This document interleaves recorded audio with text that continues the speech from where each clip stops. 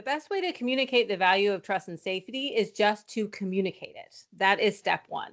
The value often isn't discussed. It's more of a conversation about compliance, more of a reactive conversation.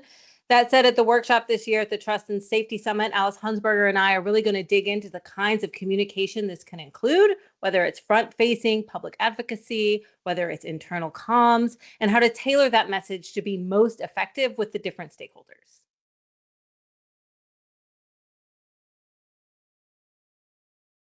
You foster a culture of trust and safety as a strategic investment if you talk about it as a strategic investment. It always comes back to communication. This is the piece that's really been missing from many conversations. We see time and again in the research that it is a strategic investment. You see a return on engagement, you see a return on the reputation of your organization, and the list goes on. How do you foster that culture? You prioritize it and you come at these conversations looking at trust and safety as an opportunity rather than an afterthought.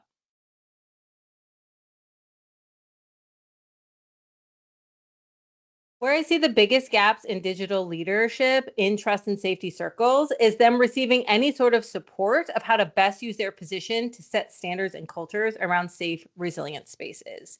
So in games, a lot of the digital community leaders, they're undertrained and they're undervalued at their workplaces.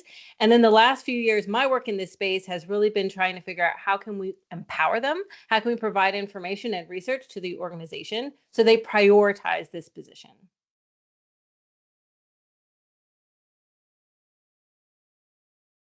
Advocacy and trust and safety is really changing. And I think in the next few years, the biggest change is going to be the centrality of proactive intervention, like leveraging the power of digital leaders, like looking at the role of front facing policy and how to optimize its effectiveness.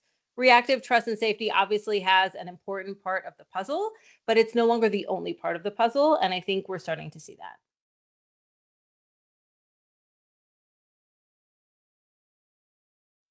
What am I looking forward to? What am I not looking forward to? I am looking forward to being with some of the best. I've seen the schedule of the Trust and Safety Summit this year, and it's absolutely stacked. I'm looking forward to hosting a workshop with Alice Hunsberger around advocacy and communication. And I'm looking forward to be in London because it is my favorite city.